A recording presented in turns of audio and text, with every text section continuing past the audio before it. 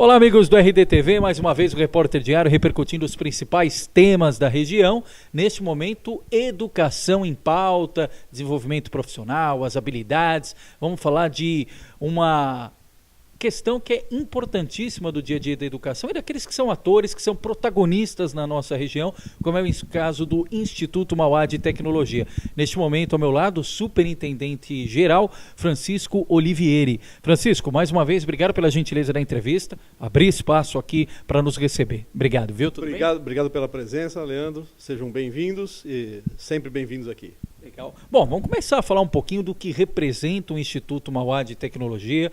O senhor está nessa nova função, nesse novo desafio como superintendente-geral há cerca de 15 dias, mas já tem uma vivência aqui como professor, como superintendente, com outras funções também.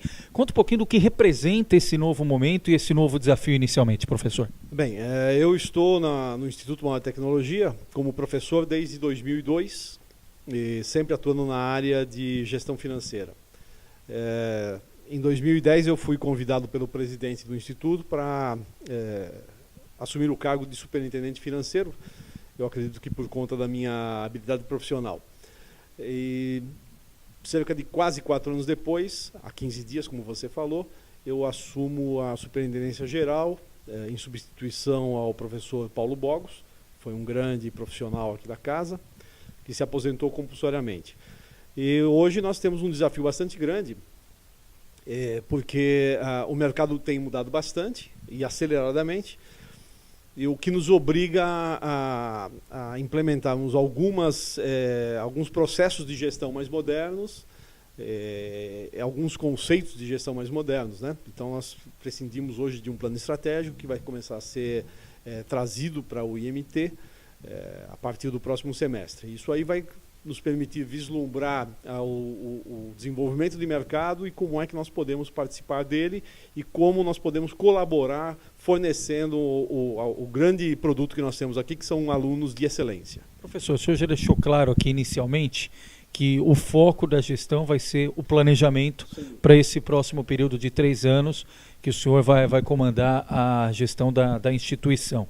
Mas no dia a dia, o que o senhor quer imprimir como marca na prática de mudança ou de aprimoramento nos rumos aqui do Instituto Mauá? Eu acho que a grande mudança vai ser no sentido de fomentar a participação dos colaboradores no processo de gestão. Porque eles ficaram bastante tempo, de certa forma, afastados do processo de gestão. Então nós vamos querer estimular os colaboradores, sejam eles os colaboradores administrativos como os docentes também, né? Então, isso aqui é uma máquina, é um organismo vivo, né? E o organismo vivo vive de partes, funcionando harmonicamente. É isso que nós queremos implementar aqui. De que forma isso é possível ser feito, professor? Bom, através de motivação, né? Mostrando que o colaborador ele deve não só exercer a sua atividade burocrática, mas como também apresentar ideias, inovações. Então, nós vamos fomentar isso aí. Professor, falando em colaboradores, são quantos aqui, tanto docentes quanto do setor administrativo? Entre docentes e administrativos, nós temos cerca de 520 colaboradores. Do ponto de vista de gestão, é o quadro ideal para atender todas as demandas? Sim, sem dúvida. Sem dúvida. O nosso quadro está bem montado, nós temos profissionais bem preparados, os nossos profissionais da academia são expoentes, nós temos hoje praticamente 98% de mestres e doutores e 2% de especialistas, né? E os funcionários administrativos também são bem treinados. Quando se detecta a necessidade de um treinamento extra, nós pagamos cursos para esses funcionários, né? Apoiamos a demanda deles, inclusive, nós não estimulamos simplesmente. Muitas vezes nós recebemos os anseios, né, os pedidos de patrocínio de curso e nós fazemos esse patrocínio, sempre para manter um quadro de colaboradores de alto nível. Entre graduação e pós-graduação, professor, quantos cursos são oferecidos hoje no Instituto Mauá? Pós-graduação, nós temos os cursos de administração para engenheiros, que são dados em São Paulo, é o que nós chamamos de CCEA. Nós temos aqui na pós-graduação em São Caetano, são os cursos mais voltados para a área de engenharia mesmo. Nós temos a engenharia de embalagem, nós temos engenharia química, né, na pós-graduação. Da engenharia química, inclusive, é em nível de mestrado. O da engenharia de embalagens é um MBA. Nós temos aí cerca de 200 alunos na pós-graduação em São Caetano, e temos outros tantos, 250 nos cursos que preparam o engenheiro para administração em São Paulo, 250. E nós temos cerca de 3.800 alunos na graduação. Na graduação nós temos os cursos de engenharia, temos os cursos de administração e de design. Professor, e de estudantes são quantos aqui hoje? Estão 4.200 mais ou menos? Cerca de 4.200 alunos entre graduação e pós-graduação. Isso em São Caetano? São Caetano e São Paulo. Sim, No total. E do ponto de vista dessa relação com o estudante, professor, principalmente aquele que está chegando no Instituto Maior de Tecnologia, qual que é o maior desafio? É possível traçar um perfil desse estudante? Qual que é a maior demanda dele hoje? Porque muito se discute a respeito do nível e da capacidade que esse aluno chega numa fileira universitária. Qual que é a avaliação que o senhor faz a respeito disso? Bom, o nosso desafio tem sido crescente, porque o aluno chega aos bancos da universidade cada vez mais cedo. Então hoje os nossos alunos chegam aqui com 17 anos de idade. Então eles estão talvez passando por um rito de passagem, vamos chamar assim, da puberdade para a fase adulta. E isso é um grande desafio, porque ele tem costumes que ele traz do ensino médio e realmente ocorre um choque, porque a mudança de cultura é total, né? Então você passa de um paternalismo para um nível que você já não pode ser tão paternalista assim. E nós temos alguns problemas, poucos problemas com preparação. Nossos alunos, eles sobretudo vêm de escolas particulares e infelizmente preparam melhor do que as escolas públicas, né? E nós temos um grande desafio no primeiro ano, que são cadeiras que exigem muito de conhecimento de matemática. E nós temos problemas nesse sentido. Mas, para contornar esse tipo de problema, ou até para sanar o problema, nós temos grupos de apoio de professores e até de ex-alunos que viraram profissionais nossos, que dão aula de reforço e de suporte a esses alunos ainda, justamente nas áreas que são mais sensíveis, né? Sobretudo cálculo, geometria analítica, física. O curso de engenharia é uma média de 5 anos, professor? Sim, no curso diurno são 5 anos e o curso noturno 6 anos. 6 anos. Sim, pelo fato de que no curso noturno você tem um período, um turno menor, né? Então você precisa de 1 ano a mais para compensar. E a experiência mostra que a maior dificuldade, o maior desafio do estudante é justamente nessa entrada, esse primeiro ano. Sem dúvida, a entrada é a mais traumática, justamente pelas duas coisas que eu falei, né? Primeiramente, a mudança de cultura, é o rito de passagem, né? Do paternalismo para a fase adulta. Isso aí é sem sombra de dúvida, o aluno chega muito cedo. E a segunda parte realmente é falta de preparo de alguns poucos alunos, né, com relação às ciências matemáticas. Em números, professor, é possível traçar um pouquinho desse perfil? O quanto é de escola pública, o quanto advém de escola particular, a maioria do ABC de São Paulo, porque aqui o Instituto logisticamente é muito bem localizado, pertinho de São Paulo, Santo André, São Caetano, São Bernardo, enfim, a logística favorece muito. Qual que é o perfil desse aluno? Bem, nós temos a nossa população é cerca de 80% originária de São Paulo. 20% do ABC. Isso, sobretudo, de São Caetano do Sul. E a questão até da escola particular, o senhor falou que escola particular representa a maior fatia. Tem uma proporção disso? Sim, eu acredito que seja mais ou menos a mesma proporção. Mas 80-20, mais ou menos isso. Agora, falando da educação como um todo, professor, fazendo aí um balanço das universidades, dos rumos da educação no país, o que precisa acontecer realmente de avanços sensíveis na educação? Bom, sem sombra de dúvida é investimento. Falta investimento. Aquilo que nós fazemos transcende aquilo que o oficial deveria fazer, né? Então nós fazemos grandes investimentos, sobretudo em laboratórios, porque nós precisamos preparar os nossos profissionais para a demanda de mercado. Então, o mercado hoje, muitas vezes, ele tem um crescimento restrito justamente pela falta de profissionais.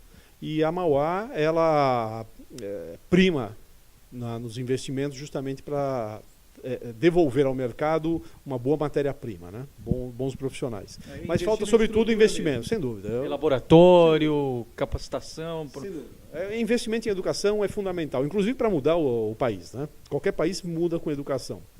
E nós fazemos a nossa parte. Né? E hoje, para conseguir gerir essas receitas, professor, a maior parte, com certeza, é mensalidade. Mas, além de mensalidade, é possível estabelecer parceria com o poder público local, estadual e, principalmente, com o Ministério da Educação? Bem, na verdade, o Instituto ele sobrevive das mensalidades que nós cobramos e de aplicações financeiras de dinheiro acumulado ao longo dos anos. Verbas públicas nós não recebemos.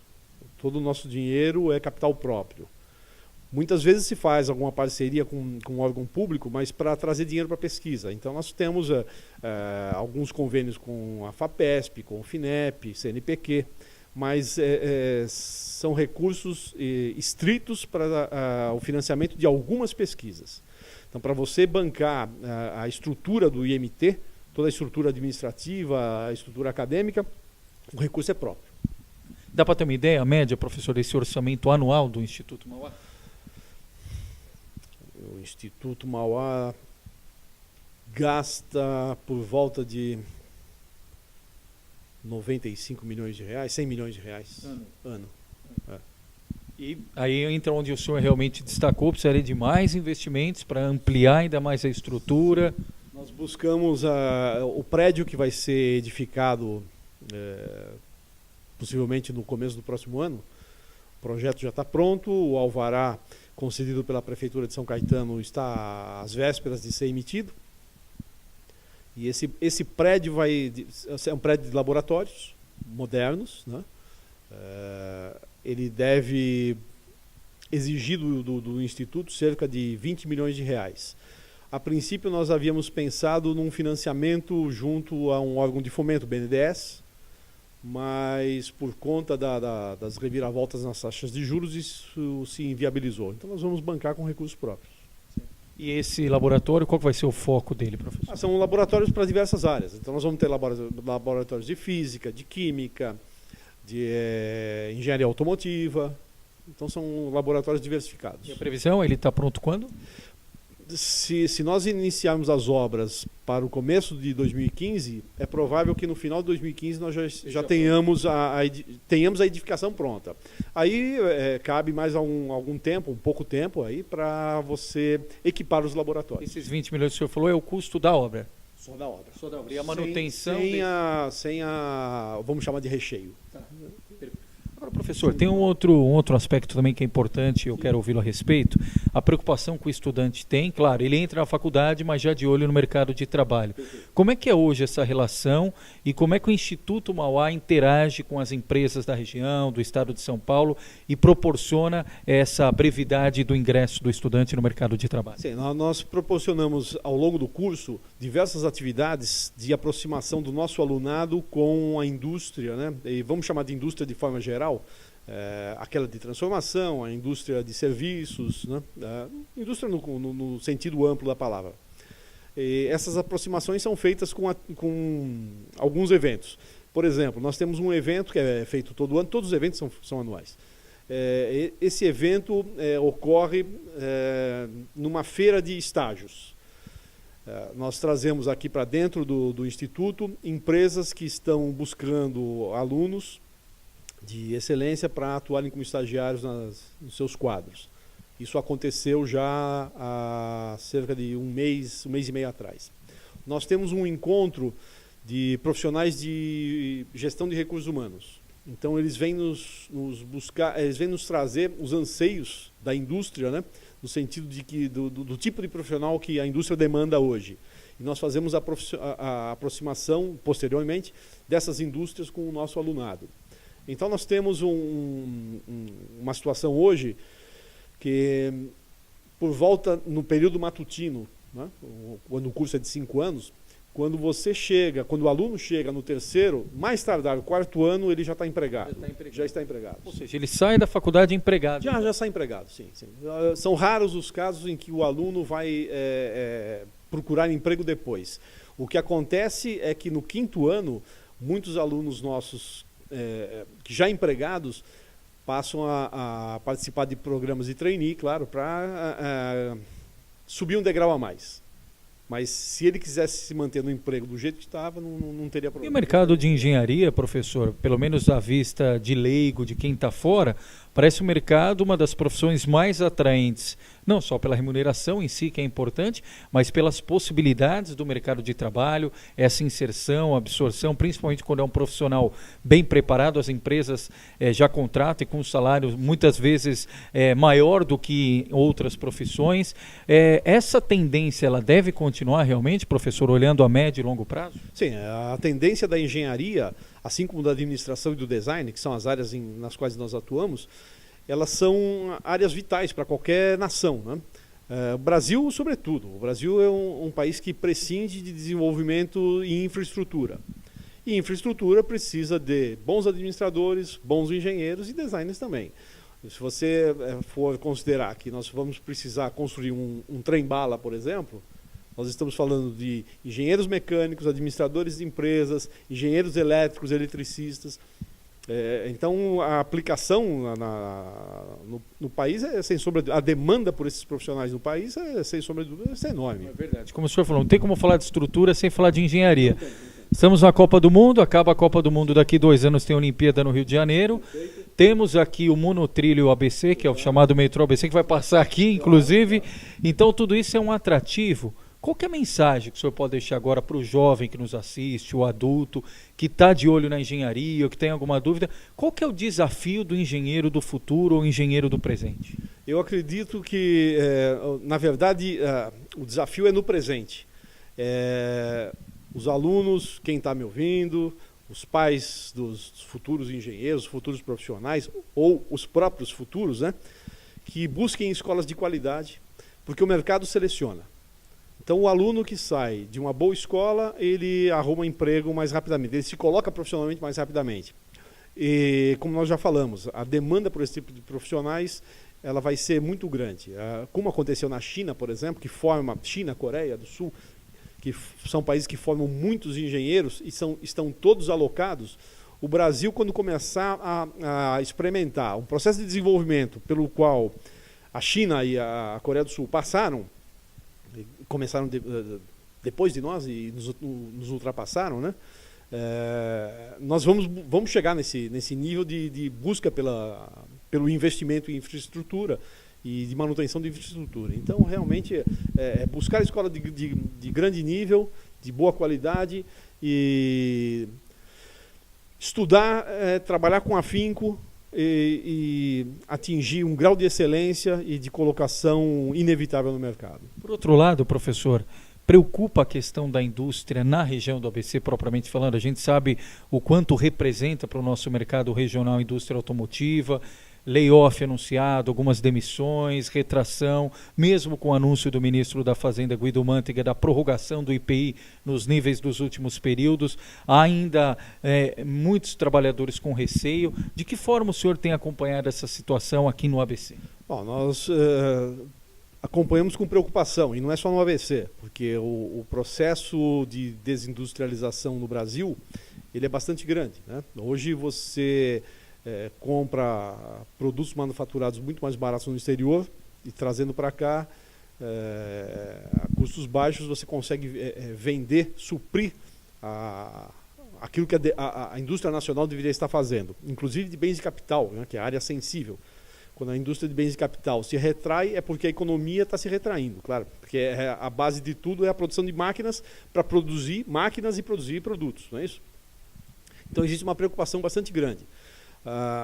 O que ocorre é que a Argentina passou por esse processo e está atolada nesse processo. E nós não queremos que o Brasil passe pelo mesmo dissabor ou desconforto. Pode sair desse cenário ou tentar ter um céu de brigadeiro? O grande problema é que o industrial brasileiro, ou o dono de empresas, vamos chamar de os empreendedores, né, eles não têm confiança em investir. Eles têm, o risco é muito grande para investir, porque você não tem uma condução adequada da política econômica. E isso aí faz com que os investimentos se retraiam. até que esses empresários tenham a certeza que o momento é certo para investir. O grande problema é que nós temos algumas atitudes que são tomadas pela administração fazendária ou pelo Ministério da Fazenda, por exemplo, são atitudes pontuais e são atitudes que não ajudam o desenvolvimento econômico, porque não existe almoço de graça. Se você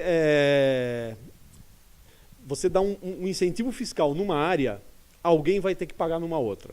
O cobertor é curto. É curto, não dá para você cobrir, ou você cobre o pé ou você cobre a cabeça. Entendi. Então nós temos um problema sério, não é essa a política econômica. O dia que nós tivermos uma política econômica diferente, em que o controle de gastos vai ser feito realmente, né, em que a política fiscal vai ser levada a sério, nós vamos ter um problema de déficit público menor, nós vamos poder baixar a taxa de juros efetivamente, e nós vamos poder incentivar o desenvolvimento da indústria brasileira. Agora, né, é um problema também de tributos, de legislação trabalhista, então é um conjunto de atitudes que tem que ser tomadas. Quem sabe o próximo governante de 2015 faça isso, né? Porque é esse conjunto que vai mover a economia brasileira. Professor, eu quero também resgatar mais uma vez o que o senhor falou no início da conversa a respeito da importância da capacitação e da formação profissional. Não em poucas oportunidades, especialmente aqui no ABC, a gente ouve muitos empresários, empreendedores, industriais reclamando da falta de capacitação do profissional. Eu queria ter um profissional, mas eu não encontro as características nele no mercado. Não em poucas oportunidades também nós ouvimos gestores públicos falarem da importância de estabelecer um polo tecnológico no ABC, e aí não tem como falar em polo tecnológico sem falar de pesquisa, e não tem como falar de pesquisa sem falar de universidade.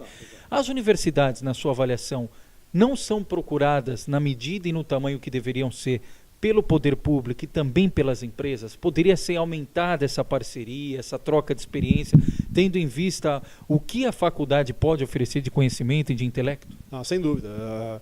O nosso modelo deveria se aproximar do modelo americano, né? No modelo americano, a indústria financia a academia, porque é na academia que brotam as ideias, os processos, através de pesquisas. E as pesquisas precisam de dinheiro para ser financiadas. No Brasil não existe essa cultura, parece que existe um medo. O empresário tem medo de depender do desenvolvimento de uma pesquisa numa academia, por achar que a academia é, como é que eu vou dizer, é uma sonhadora, né? Ela não tem os pés no chão. E não é verdade. Os profissionais que nós temos na academia, sobretudo, eu posso falar pelo IMT, são profissionais que têm visão de mercado, são altamente preparados e eles conseguem desenvolver pesquisas que, se financiadas pela indústria, todo mundo ganharia. A indústria ganharia capacitação, capacidade, excelência, né? E a academia poderia investir mais no desenvolvimento dos seus próprios profissionais, transformando os doutores em pós-doutores, os mestres em doutores e assim por diante. A bola fica com a sociedade. É um incentivo que deveria ser protagonizado pelo governo federal, é uma falta de maturidade por parte de alguns empreendedores, ou as próprias universidades poderiam juntas irem atrás e buscar? Quem teria que tomar a iniciativa? Eu acredito que seria um conjunto de coisas. Nós temos, por exemplo, um profissional no Instituto. Ele, inclusive, foi o nosso último pró-reitor acadêmico, e quando ele deixou o cargo, ele passou a exercer um cargo de um coordenador, um diretor de relações institucionais. Esse nosso colega é o que busca as relações com a indústria em geral. Então, o IMT tem essa visão. Nós buscamos parcerias, não só para vender pesquisa, mas como para receber financiamentos para as pesquisas e mostrar o que nós temos de ideias acumuladas. Eventualmente nós podemos tirar de um laboratório a solução para um problema que uma indústria precisa e não sabe que ela existe. Dá para ter uma ideia quantas parcerias existem hoje em média, professor, aqui do IMT especificamente? Bom, do IMT nós temos parcerias com a ThyssenKrupp, nós temos parceria com a General Motors, temos parceria com a Ford, temos parceria com as grandes montadoras. Sempre na área de pesquisa, é isso, professor? Sempre na área de pesquisa. E dessas pesquisas que são financiadas por esses organismos, essas empresas, saem as soluções que eles precisam, né? Agora, professor, para a gente encerrar o último aspecto, o relacionamento do Instituto Mauá de Tecnologia com a sociedade do entorno. A gente já falou internamente dos colaboradores, estudantes, mercado de trabalho. Existe essa preocupação também com o entorno, alguns momentos em que a sociedade é convidada também a participar do dia a dia do Instituto Mauá de Tecnologia. Como é que é essa gestão? Bem, o nosso conselho diretor, por exemplo, ele é constituído por professores, alguns ex-alunos e empresários e representantes dos municípios em que nós atuamos. Nós temos um campus em São Paulo, na verdade o Instituto nasceu em São Paulo, né? Então a nossa matriz é São Paulo, muito embora seja menor do que a filial. E nós temos representante da Prefeitura de São Caetano que participa desse conselho diretor. E nós temos algumas atitudes junto à população. Nós, por exemplo, financiamos para a Prefeitura de São Caetano um programa de alfabetização de pessoas idosas, que é chamado ProAlfa. Nós contribuímos com cerca de R$15 mil por mês para pagar profissionais que alfabetizam os munícipes com mais idade, né, do município de São Caetano do Sul. E fazemos, damos aula de reforço para alunos da municipalidade. Então, é a atitude que nós conseguimos fazer, além de formar bons engenheiros, administradores e designers. Legal. Muito bom o bate-papo, viu? Professor Francisco Olivieri, gentilmente abriu espaço na agenda para nos atender aqui. Início da gestão como superintendente geral, embora já tenha uma vivência aqui no IMT, mas agora neste novo desafio, com certeza agenda cheia, mas abrir espaço aqui para a gente. Professor, primeira de muitas, com certeza. Obrigado pela entrevista. Muito obrigado, hein? Obrigado, apareçam sempre. Foi um prazer tê-los aqui conosco. Com certeza. Vamos falar, foi um palpite rápido da Copa. O Brasil é campeão, professor? Eu acredito que sim. Muito embora eu não seja um futebolista, mas eu acredito que sim. Com muito sofrimento, né? O sofrimento faz parte da vida do brasileiro, né? E é isso que Copa, nos motiva. É verdade. Em especial essa Copa parece que está para não cardíacos, né? Quem tem problema do coração não pode assistir. Eu acho que é o contrário. Muita gente já deve ter morrido por aí, né? Professor, obrigado pela gentileza mais uma vez. E obrigado também você que nos acompanha pela internet, quer saber de educação, política, esportes, cidades, enfim, tudo o que acontece nos 7 municípios do ABC é só conectar www.reporterdiario.com.br. Até a próxima.